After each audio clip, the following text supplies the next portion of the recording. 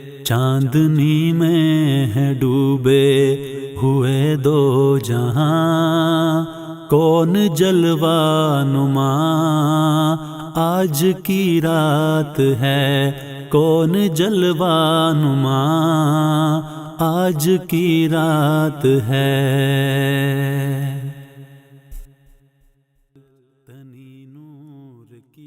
بسم اللہ الرحمن الرحیم۔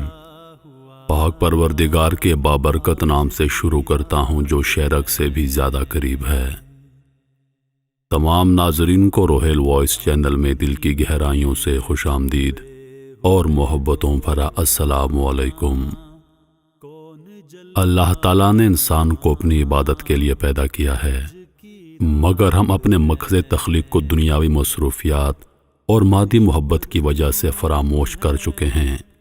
اسلام کی بنیادی تعلیمات کی طرف عدم توجہ، عبادات، اللہ اور اس کے رسول صلی اللہ علیہ وآلہ وسلم کی محبت بھی ہمارے سینوں سے نکلتی جا رہی ہے، لیکن افسوس اس بات کا ہے کہ اپنی اصل کھو دینے اور اپنے مقصد کو بھول جانے کا احساس بھی ہمارے اندر موجود نہیں۔ احساس کا خاتمہ اور قدر و قیمت سے لا علمی آہستہ آہستہ انسان کو گمراہی کی طرف مائل کرتی جا رہی ہے۔ اس صورتحال میں خاص ایام کا انعقاد احساس کو زندہ کرنے کا باعث بنتا ہے تاکہ احکامات الہی کو بجا لایا جائے۔ ہم اگر آج دنیاوی معاملات میں کچھ مخصوص دنوں کو دوسرے دنوں پر زیادہ فوقیت دیتے ہیں، ان دنوں کو دھوم دھام سے مناتے ہیں، اس کے پس پردہ بھی یہی مقاصد کار فرما ہوتے ہیں۔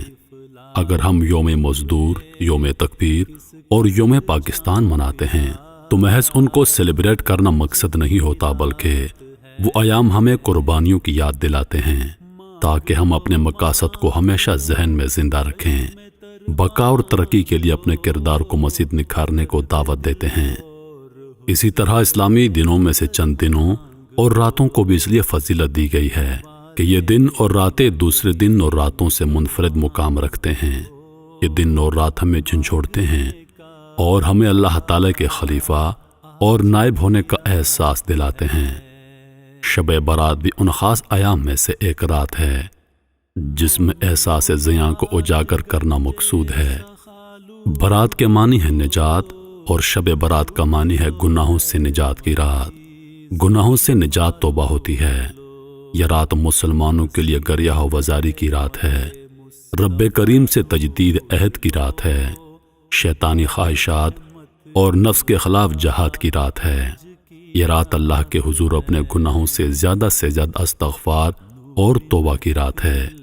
اسی رات نیک اعمال کرنے کا عہد اور برائیوں سے دور رہنے کا عہد دل پر موجود گناہوں سے زنگ کو ختم کرنے کا موجب بن سکتا ہے۔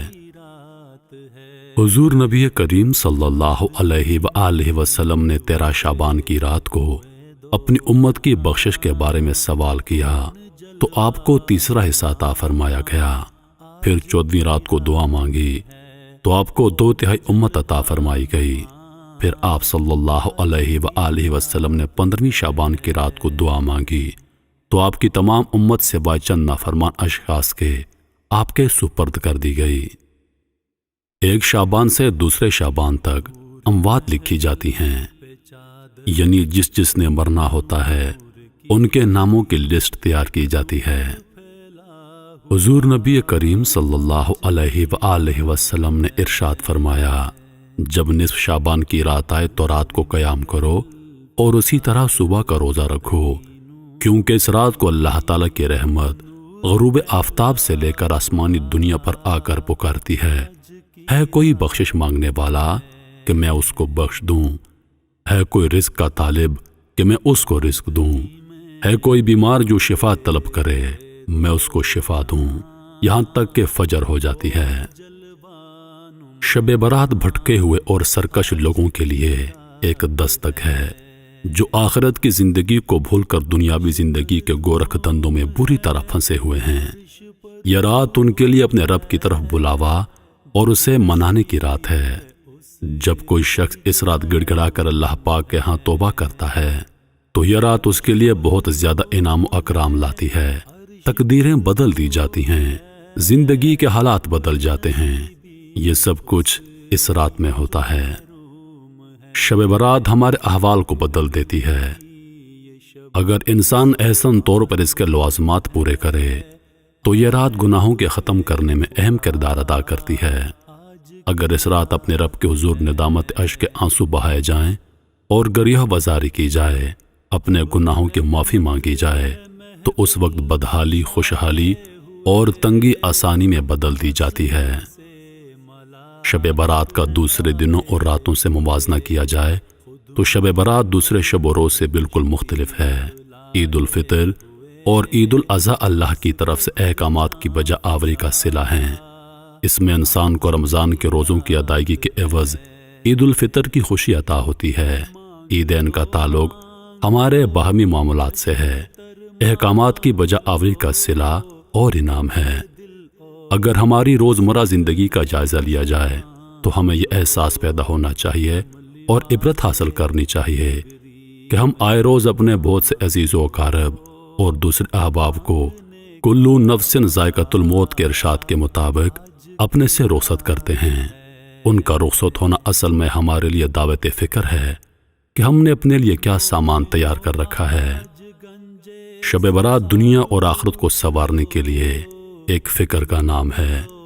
یہ اللہ تعالیٰ اور اس کے رسول صلی اللہ علیہ وآلہ وسلم سے دوری کو ختم کر کے قربت کی طرف ایک الارم ہے۔ حب الہی اور محبت رسول صلی اللہ علیہ وآلہ وسلم کی طرف ایک دعوت ہے، جس پر عمل پیرا ہو کر انسان دنیا اور آخرت سنوار سکتا ہے۔ شب برات ہمارے لیے الٹیمیٹم ہے کہ اس رات اللہ کی یاد میں آنسو بہائیں، لیکن افسوس کی بات ہے آج کے دور میں ہم اس کے برعکس اس رات کو پٹاخوں، آتش بازی جیسے کاموں کے نظر کر دیتے ہیں۔ شب برات اللہ کی نافرمانی اور اسلام کے اصولوں سے عاری لوگوں کے خلاف ایک نکارہ ہے۔ اس رات اپنے اعمال کی اصلاح کی طرف ترغیب دی جا رہی ہے۔ اس رات ملک الموت کے ذمے کچھ کام لگائے جاتے ہیں۔ جن جن لوگوں نے مرنا ہوتا ہے ان کے ناموں کی فہرست تیار کی جاتی ہے۔ محترم عزیز دوستو، ہم میں سے کسی کو نہیں پتا کہ اگلے سال کون زندہ اور کون ہمارے درمیان نہیں ہوگا۔ کیا بتا کس کا نام اس مرتبہ حضرت اسرائیل علیہ السلام کی لسٹ میں آ جائے۔ اس لیے دیر مت کیجیے، اللہ پاک سے گڑ گڑا کر اپنے گناہوں کی توبہ کریں۔ اس مرتبہ اس رات کو ضائع مت کریں، کیا پتا اگلے سال یہ رات ہمارے نصیب میں ہو یا نہ ہو۔ عزیز دوستو، سوچئے گا ضرور۔